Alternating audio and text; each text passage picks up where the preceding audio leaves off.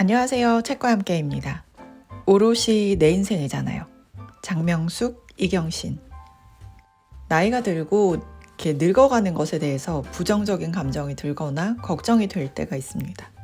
힘이나 에너지가 줄어들고 아프고 병들거나 외롭고 쓸쓸한 이런 이미지들이 떠오를 때가 있죠. 하지만 이렇게 나이 들 수 있다면 늙는 것도 멋지다라고 용기를 주는 경우도 있죠. 시간이 지날수록 넓어지고 깊어지고 성숙해지고 맑아지는 그런 이미지. 밀라논나라는 유튜브의 주인공 장명숙 저자분이 제작자분과 함께 대화 형식으로 쓴 글입니다. 오롯이 내 인생이잖아요. 함께 나눠볼게요. 돈을 잘 쓰는 법. 거미, 불루, 화이, 불치. 검소하지만 누추하지 않고 화려하지만 사치스럽지 않다. 이 말이 제 생활 신조입니다. 저는 사람도 물건도 건박하고 겸손한 면모를 좋아합니다. 지지한 물건 여러 개 사는 것보다 하나라도 제대로 된 물건을 사서 오래 쓰는 게 실속 있는 것이다. 할머니는 어린 제게 물건 구입 요령을 귀가 닳도록 들려주셨습니다. 성장 과정에서 늘 물건을 살 땐 가장 좋은 걸 사서 마르고 닳도록 쓰라는 교육을 받았습니다. 덕분에 좋은 물건을 보는 안목을 길렀고 또 그것을 수명이 닿을 때까지 알뜰하게 쓰는 습관을 들이게 됐어요. 시간이 가면서 생존에 꼭 필요한 물건이 아니면 집에 들이지 않는 것이 습관이 됐습니다.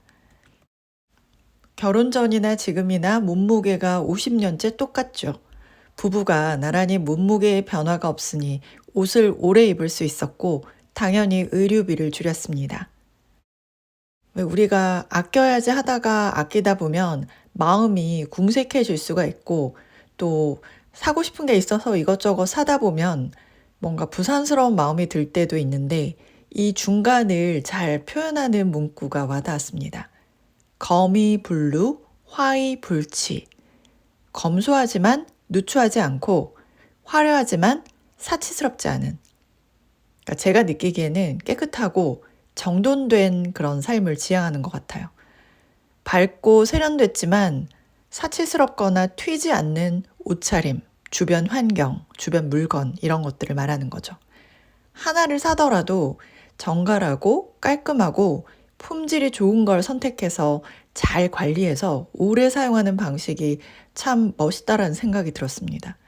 결국은 그게 적게 소비하는 길이고 현명하게 물건을 잘 소비할 수 있는 그런 지혜 같아요.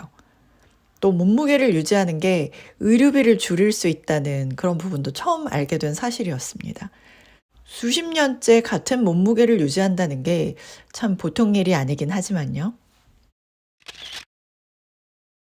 산뜻한 어른이 되는 법. 나이 들어도 산뜻할 수 있고, 나이 들어도 도전할 수 있고, 나이 들어도 사랑받을 수 있다는 것을 밀라논나를 제작하는 순간마다 느꼈습니다. 내과 의사이자 행동학자인 앤서니 T. 디베네댓은 육회 지능을 이야기했어요. Playful Intelligence, 육회 지능이란 아이들처럼 순수한 열정을 간직하고 어떤 상황에서도 세상을 즐겁게 살아가는 능력입니다. 육회 지능을 깨워서 삶의 매 순간을 취미를 즐기듯이 살면 좋겠습니다. 저는 취미란 즐거운 마음으로 자신을 몰입 상태로 인도하는 것이라고 생각해요. 영어로는 enjoy 상태와 비슷하겠네요. 물론 평소 건강관리를 잘해서 젊어 보이는 건 부럽습니다. 잘 관리한 피부와 머릿결, 바른 자세는 저도 바라는 바입니다. 그렇지만 인위적으로 나이를 거스리는 방법을 취하고 싶진 않습니다.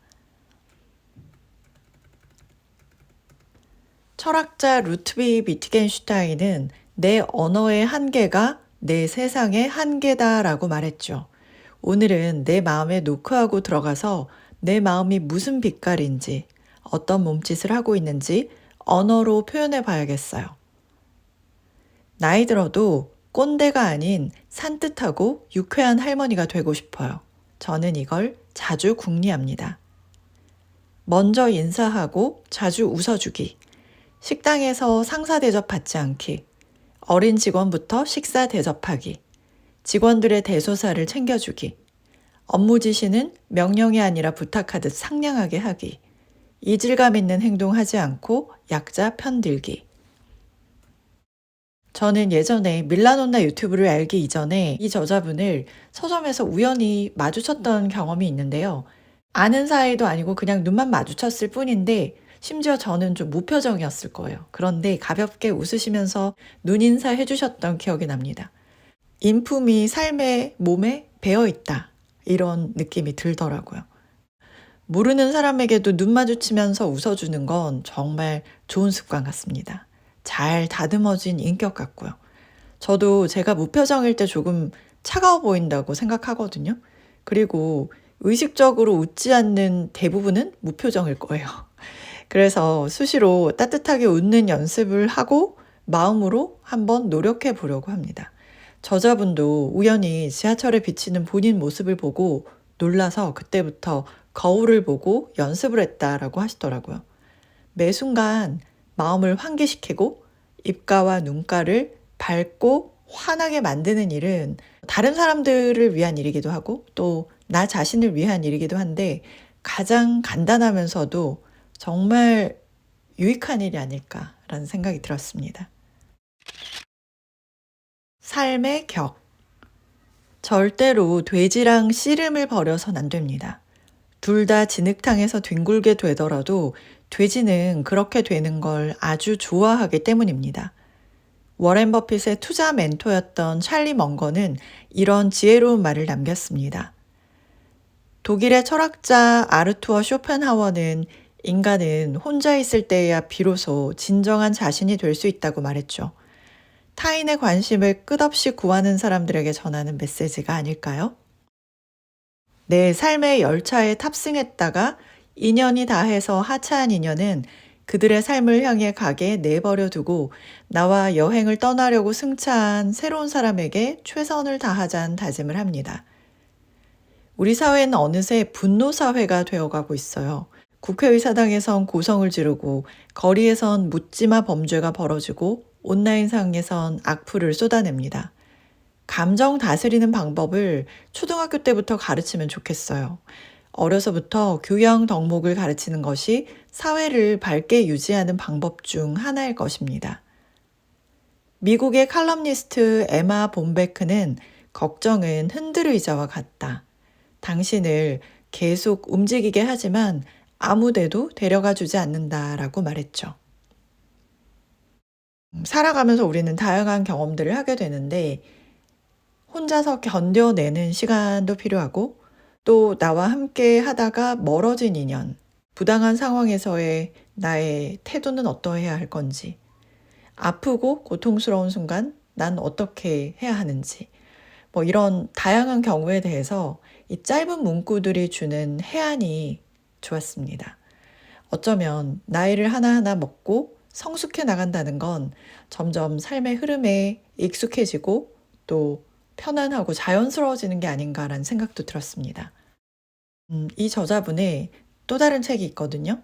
햇빛은 찬란하고 인생은 귀하니까요 라는 그 책에 나오는 문구를 마지막으로 덧붙여 보겠습니다.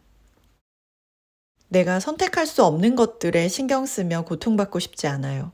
내가 해결할 수 없으니까요.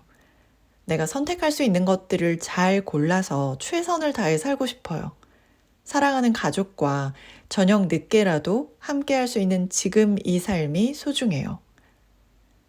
청소를 담당하는 필리핀 친구는 항상 웃으며 내가 이래서 가족이 행복하니까 더 바랄 게 없다라고 말했다.